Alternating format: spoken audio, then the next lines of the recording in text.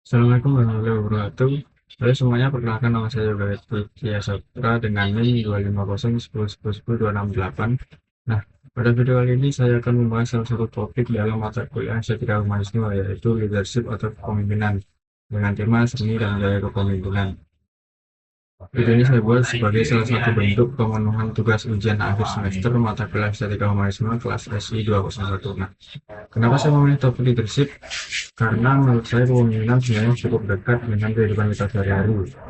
Nah, ketika kita mendengar kata pemimpin, mungkin yang langsung kita pikirkan adalah seorang ketua organisasi, ketua kelas, manajer, direktur, atau seseorang yang mempunyai jabatan tertentu. Tetapi menurut saya, kepemimpinan tidak sesederhana itu. Kita tidak harus mempunyai jabatan terlebih dahulu untuk bisa mempelajari menjadi seorang pemimpin. Bahkan menurut saya, sebelum seseorang bisa memimpin orang lain, hal yang paling penting adalah bagaimana dia mampu memimpin dirinya sendiri. Mulai dari menegur waktu, bertanggung jawab terhadap keputusan, mengendalikan emosi, menyelesaikan masalah, sampai berani mengakui kesalahan. Nah, karena itu pada video ini saya ingin membahas leadership bukan hanya sebagai kemampuan untuk mengatur orang lain, tetapi juga sebagai sebuah proses untuk menjadi pribadi yang lebih tanggung jawab dan mampu memberikan pengaruh positif kepada orang lain. Nah, selanjutnya apa itu leadership? Nah, sebelum kita membicarakan apa itu leadership, kalau kita berbicara tentang leadership secara sederhana, leadership dapat kita pahami sebagai kemampuan seseorang untuk mengaruhi atau mengarahkan dan bahkan mengajak orang lain untuk mencapai suatu tujuan. Tapi menurut saya leadership bukan berarti seseorang harus selalu menyuruh orang lain. Pemimpin yang baik bukan hanya orang yang bisa memberikan perintah. Seorang pemimpin juga harus mampu memberikan contoh. Misalnya, ketika seseorang ketua kelompok meminta anggota kelompoknya untuk datang lebih waktu, tetapi dia sendiri selalu terlambat, itu anggota kelompok akan sulit mengerti perkataannya. Sebaliknya, ketika seseorang pemimpin memberikan contoh dengan datang tepat waktu, bertanggung jawab terhadap tugasnya, dan menghargai anggota kelompoknya, kemungkinan besar anggota kelompok juga akan lebih mudah mengikuti sifat tersebut. Jadi menurut saya salah satu hal penting dalam leadership adalah keteladanan. Apa yang kita lakukan sering kali lebih berpengaruh daripada apa yang kita katakan.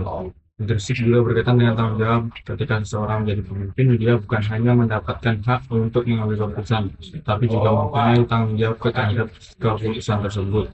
Karena setiap keputusan yang dibuat seorang pemimpin dapat memberikan dampak kepada orang lain. Oleh karena itu, seorang pemimpin harus berpikir sebelum mengambil keputusan. Tidak hanya bertanya apa yang saya inginkan, tetapi juga bertanya apa keputusan ini baik untuk orang lain, apakah keputusan ini adil, dan apakah keputusan ini bisa dipertanggungjawabkan. Menurut saya, pertanyaan-pertanyaan seperti ini penting karena kepemimpinan tidak bisa dipisahkan dari nilai kemanusiaan. Kepemimpinan dimulai dari diri sendiri.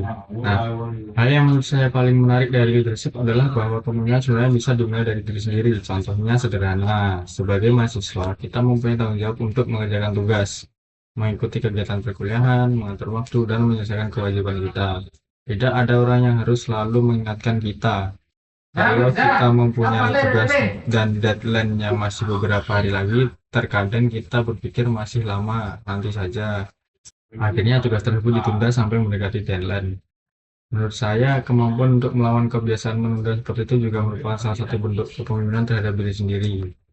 Karena kita bisa belajar mengatur diri. Kita belajar disiplin, kita belajar bertanggung jawab terhadap pilihan kita. Karena sebenarnya tidak mudah untuk menjadi pemimpin diri sendiri. Kita bisa saja menyuruh orang lain untuk melakukan sesuatu. Tetapi mengatur diri sendiri agar tetap konsisten melakukan sesuatu justru terkadang lebih sulit. Misalnya, kita ingin belajar lebih rajin, hari pertama semangat, hari kedua masih semangat, tetapi setelah beberapa hari mulai malas lagi. Disinilah pentingnya self leadership. Kita harus bisa melakukan dorongan kepada diri sendiri meskipun tidak ada orang lain yang menyuruh.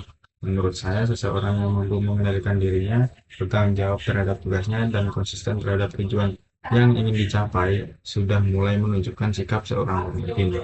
Tetapi jika digunakan secara berlebihan, anggota bisa merasa tidak diberikan kesempatan untuk menyampaikan pendapat. Gaya berikut adalah demokratis. Nah, dalam gaya demokratis, pemimpin lebih banyak melibatkan anggota dalam progres pengambilan keputusan.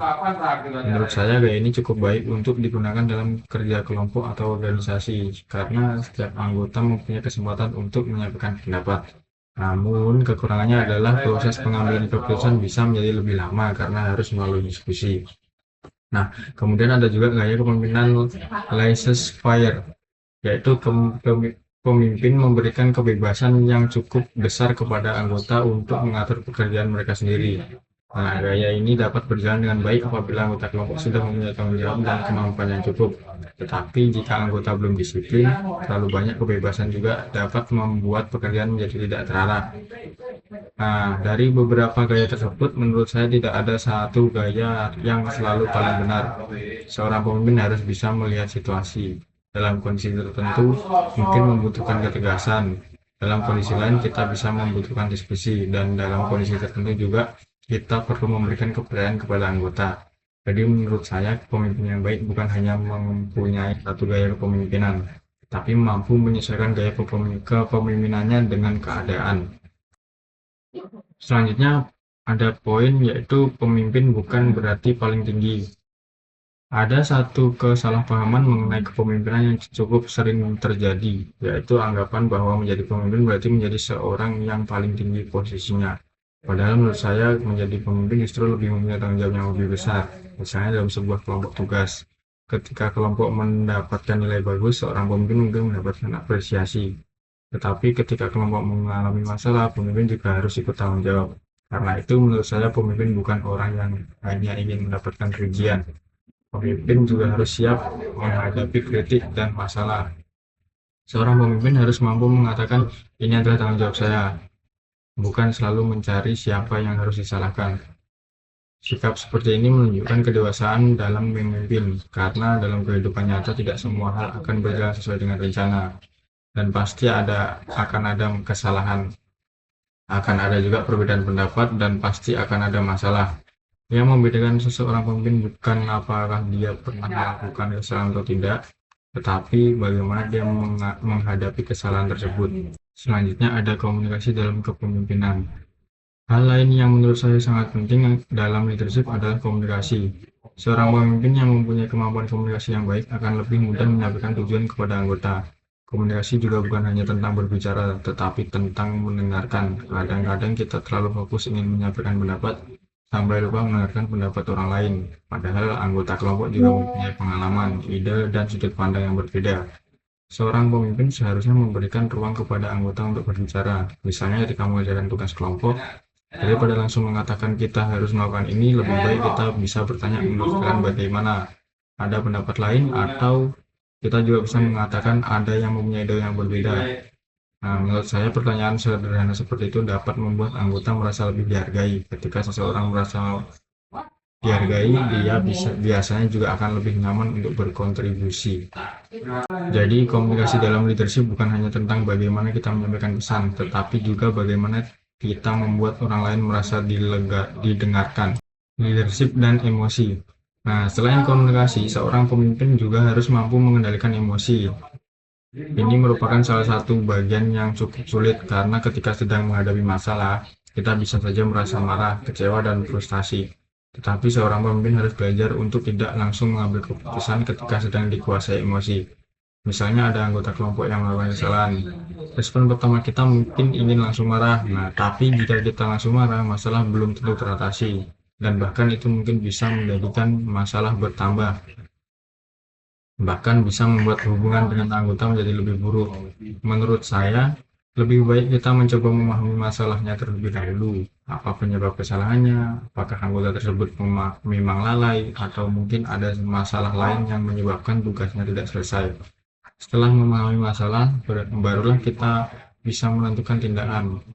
Jadi menurut saya, pemimpin yang baik bukan berarti pemimpin yang tidak pernah marah, tetapi pemimpin yang mampu mengelola emosi sehingga emosi tidak mengendalikan keputusan. Contoh leadership dalam kehidupan mahasiswa. Kalau kita berpikir bahwa leadership hanya bisa dilakukan ketika menjadi ketua organisasi, sebenarnya tidak. Sebagai mahasiswa, kita bisa menerapkan leadership dalam banyak hal. Misalnya ketika mendapatkan tugas kelompok, kita bisa mulai dari hal sederhana seperti memastikan pembagian tugas jelas. Kemudian memastikan setiap anggota mengetahui tugasnya. Kalau ada anggota yang kesulitan, kita bisa membantu. Kalau ada masalah, kita bisa mengajak berdiskusi. Kita juga bisa menjadi orang yang mengingatkan deadline tanpa harus menyalahkan orang lain. Contoh, ketika kita berada di dalam sebuah kelompok dan tidak ada yang mau memulai pekerjaan, kita bisa mengambil inisiatif, misalnya mengatakan, bagaimana kalau kita mulai dari pembagian tugas dulu. Nah, hal kecil seperti itu sebenarnya sudah menunjukkan leadership, karena kita mengambil inisiatif untuk membuat situasi menjadi lebih terarah. Jadi menurut saya leadership tidak selalu terlihat dalam bentuk jabatan. Kadang leadership justru bahwa terlihat dari tindakan-tindakan kecil yang kita lakukan sehari-hari. Pemimpin yang baik menurut saya, nah kalau saya ditanya seperti apa sih pemimpin yang baik, menurut saya pemimpin yang baik setidaknya mempunyai beberapa sikap. Nah, yang pertama adalah tanggung jawab. Pemimpin harus berani bertanggung jawab terhadap keputusan dan tindakannya. Dan yang kedua adalah jujur. Kejujuran sangat penting karena tanpa kepercayaan hubungan antara kepemimpinan dan anggota akan sulit berjalan. Yang ketiga adalah mau mendengarkan. Pemimpin tidak boleh merasa bahwa dirinya selalu paling benar. Yang keempat adalah adil. Pemimpin harus berusaha memperlakukan anggota secara adil dan tidak membeda-bedakan. Yang kelima adalah mampu memberikan contoh.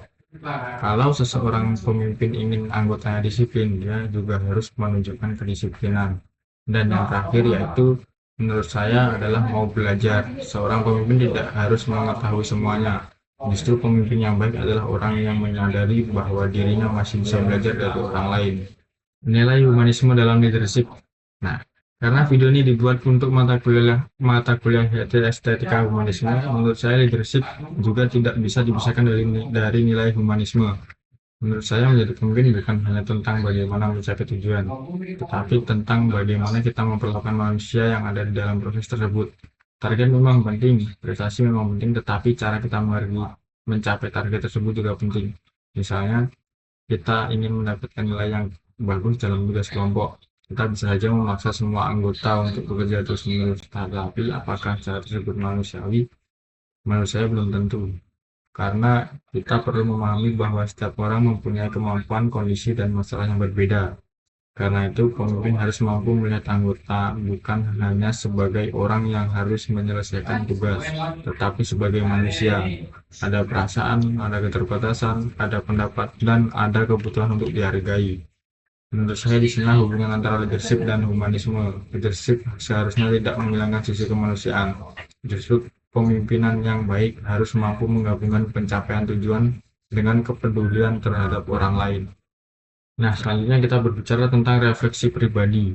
Setelah membahas leadership, saya menyadari bahwa menjadi pemimpin ternyata tidak sederhana menjadi orang yang memberikan arahan kepada orang lain. Ada banyak hal yang harus dipelajari, mulai dari tanggung jawab, komunikasi, pengendalian emosi, pengambilan keputusan, sampai kemampuan memahami orang lain. Dan yang paling penting, saya menyadari bahwa proses menjadi pemimpin sebenarnya bisa dimulai dari diri sendiri. Saya tidak harus menunggu menjadi ketua organisasi atau mendapatkan jabatan tertentu. Saya bisa memulai dari hal-hal kecil, misalnya disiplin, belajar tanggung jawab, belajar menyelesaikan apa yang sudah saya mulai, belajar mendengarkan orang lain, dan belajar menerima kritik. Menurut saya, kalau kita belum mampu mengatur diri sendiri, akan sulit bagi kita untuk mengatur atau memimpin orang lain. Karena itu leadership bukan hanya tentang bagaimana memimpin orang lain, tetapi juga tentang bagaimana menjadi versi diri sendiri yang lebih bertanggung jawab. Nah, dari pembahasan ini ada beberapa nilai yang ingin saya sampaikan. Pertama, setiap orang sebenarnya bisa belajar menjadi pemimpin, tidak harus mempunyai jabatan. Kedua, kepemimpinan dimulai dari diri sendiri. Sebelum mengarahkan orang lain, kita harus belajar mengarahkan diri sendiri. Ketiga, pemimpin harus bertanggung jawab. Bukan hanya ketika mendapatkan keberhasilan, tetapi juga ketika menghadapi kegagalan. Disitulah kita harus menerapkan perilaku bertanggung jawab. Keempat, komunikasi dan kemampuan mendengarkan sangat penting, karena pemimpin tidak bekerja sendirian.